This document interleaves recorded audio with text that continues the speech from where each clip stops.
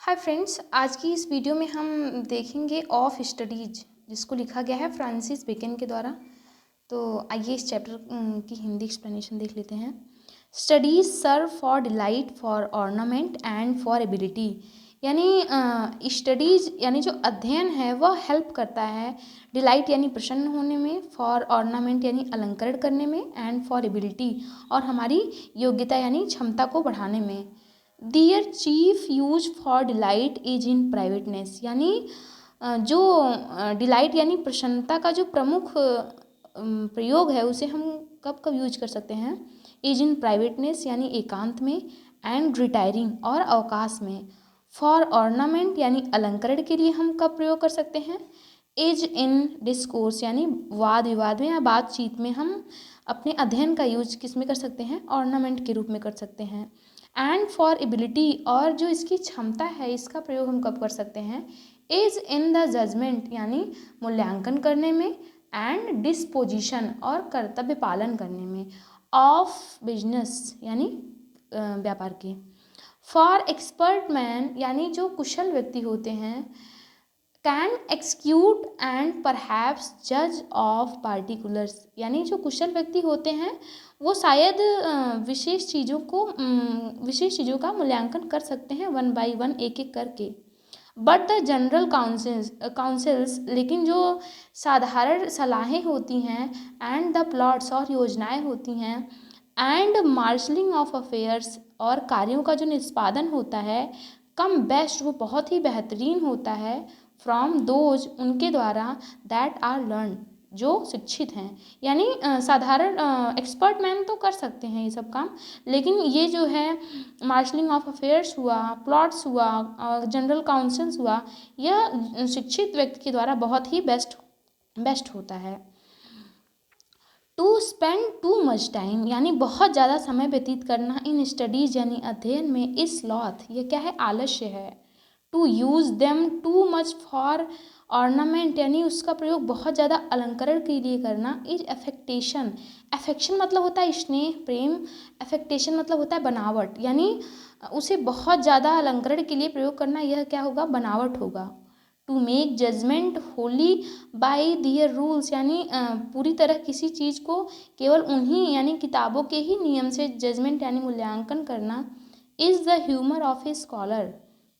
यह एक विद्वान के लिए ह्यूमर मतलब हास्यप्रद होगा। दे परफेक्ट नेचर जो किताबें हैं, परफेक्ट नेचर वे प्रकृति को क्या बनाती हैं, परफेक्ट बनाती हैं, एंड आर परफेक्टेड और स्वयं परफेक्ट बनती हैं, बाई एक्सपीरियंस अनुभव के द्वारा।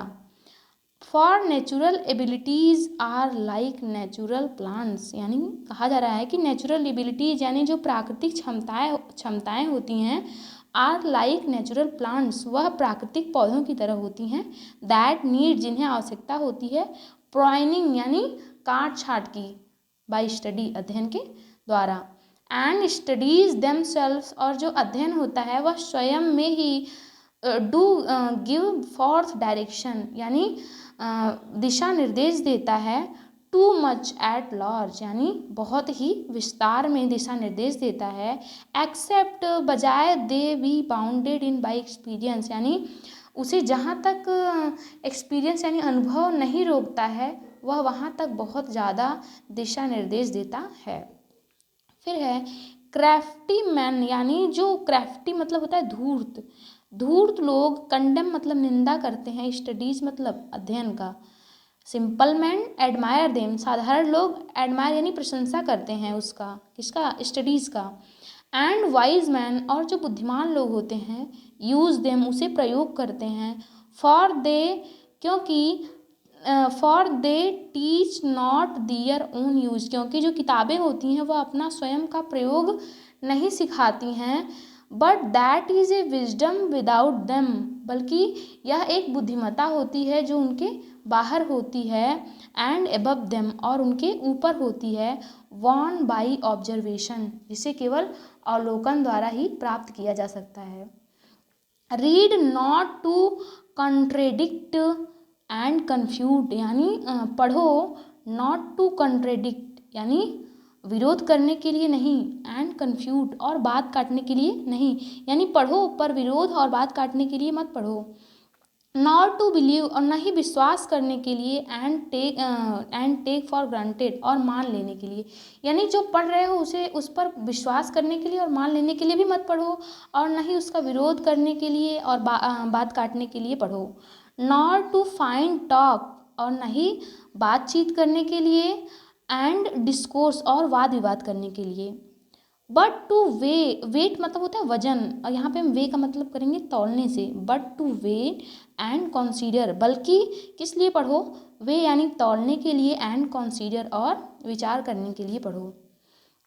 सम books are to be tasted, कुछ किताबें आर टू बी टेस्टेड यानी चखी जानी होती हैं, यानी हमारे द्वारा कुछ किताबें चखी जानी होती हैं। अभी इसका मतलब आगे बताएगा।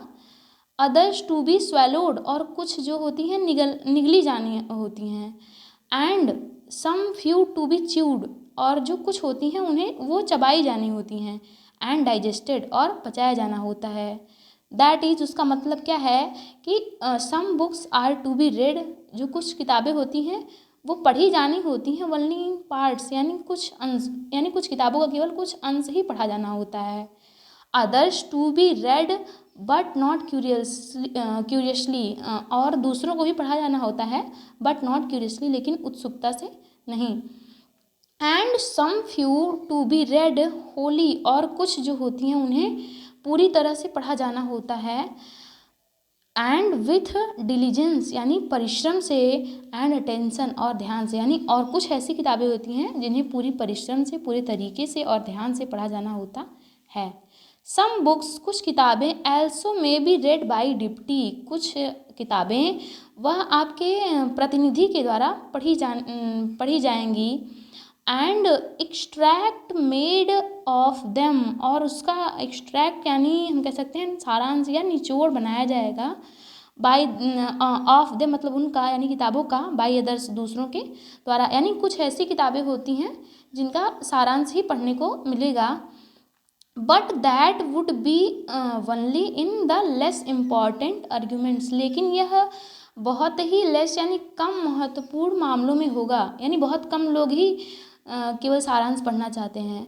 And the meaner sort of books, यानी इसको मीनर सॉर्ट मतलब कह सकते हैं तुच्छ किताबें, कुछ तुच्छ किताबें, ऐसी किताबें तुच्छ किताबें होंगी, यानी जैसे कि हम अगर पूरी बुक पढ़ते हैं तो उससे हमें जो ज्ञान मिलता है और केवल हम सारांश पढ़ेंगे तो उसमें अंतर होता है, इसलिए इसको मीनर सॉर्ट ऑफ बुक्स कहा गया है।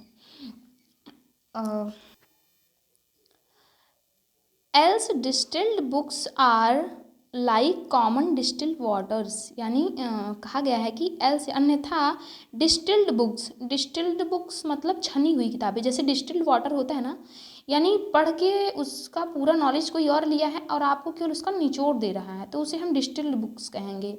अन्यथा डिस्टिल्ड बुक्स यानी छनी हुई जो किताबें होती हैं, are like common distilled water flashy things, यानी जो पानी होता है डिस्टिल्ड वाटर्स, जिसको हम यानी पानी को उबाल के भाप बना दिया जाता है, और जो मिनरल्स वगैरह रहते हैं तो वो नीचे ही तली में रह जाते हैं, बाकी जो पानी भाप बन के उड़ता है उसको ही प्योरीफाई करके हम पीते हैं, तो कुछ दिन बाद जो हमारे अंदर मिनरल्स की कमी हो जाती है।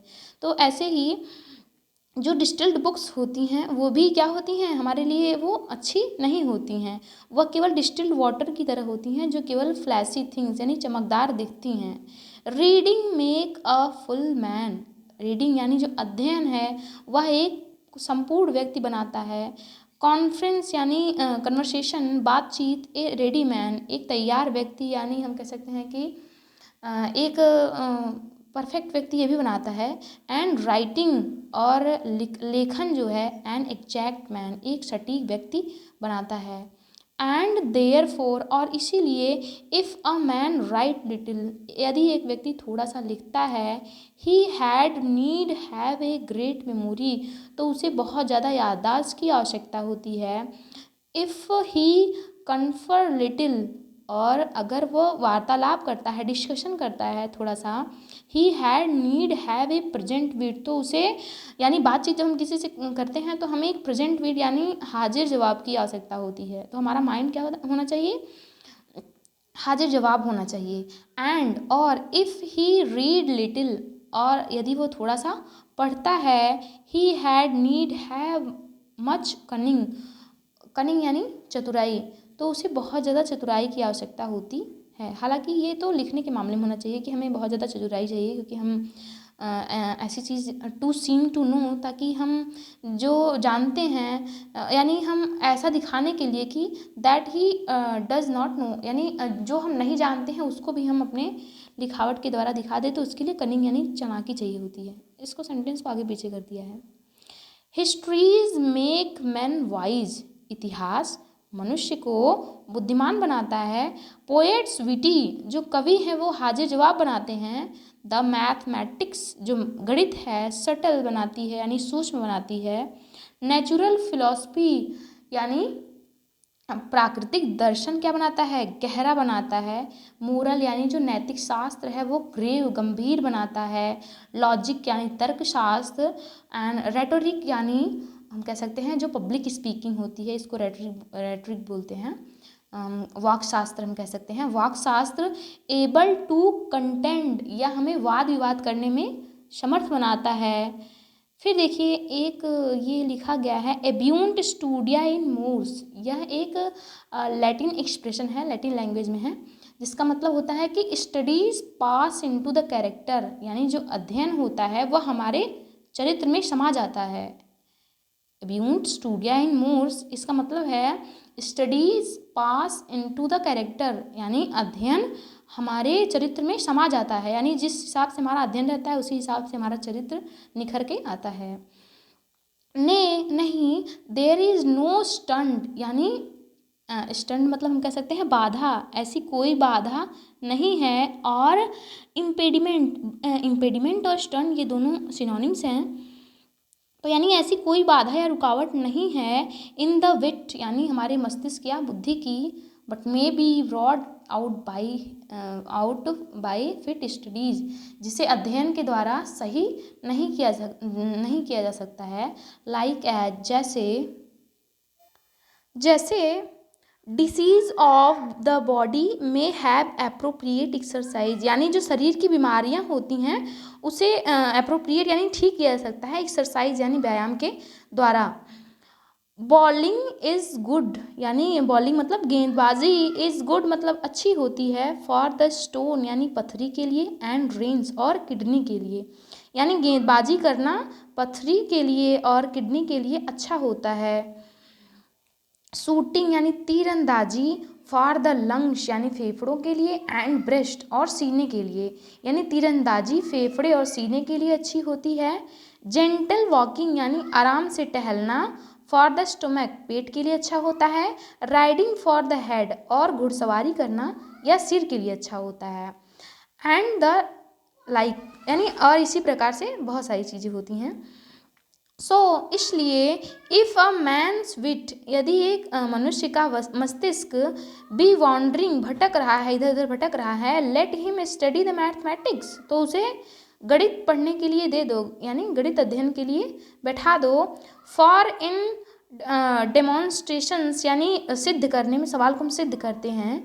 If his wit be called away never so little, यदि उसका मस्तिष्क यानी उसका ध्यान अगर थोड़ा भी इधर उधर जाता है, ही मस्ट बिगिन अगेन, तो उसे पूरा सवाल जो है फिर से शुरू करना होगा।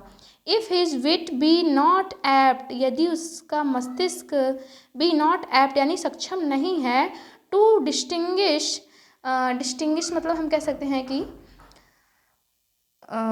डिस्टिंग्विश मतलब भेद करने में, और फाइंड डिफरेंसेस या अंतर निकालने में।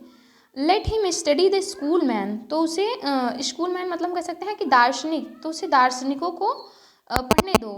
फॉर दे आर शिमिनी सेक्टर्स, क्योंकि जो वे दार्शनिक होते हैं वे शिमिनी सेक्टर्स मतलब हम कह सकते हैं कि बाल की खाल निकालने वाले होते हैं, यानी हर चीज़ को घुमाने में बहुत ही माहिर होते हैं। If he be not apt, यदि वह सक्षम नहीं है, टू बीट ओवर मैटर्स, यानी मामलों को घुमाने में, and to call up one thing to proof, और किसी भी चीज़ को साबित करने में, एंड इलिस्ट्रेट अनदर, यानी उसे घुमाने में let him study the lawyers, तो उसे वकील के केसेस मतलब केसों का यानी जो मुकदमे होते हैं उनका अध्ययन करने दो। So every defect of the mind, इस प्रकार जो है मस्तिष्क की सभी बीमारियां में हैव ए स्पेशल रेसिप्ट, यानी सभी का एक विशेष इलाज है। तो आज का ये चैप्टर यहीं पे कंप्लीट हुआ और बाकी हम अगले चैप्टर को अगले वीडियो में डिस्कस करेंगे। धन्यवाद।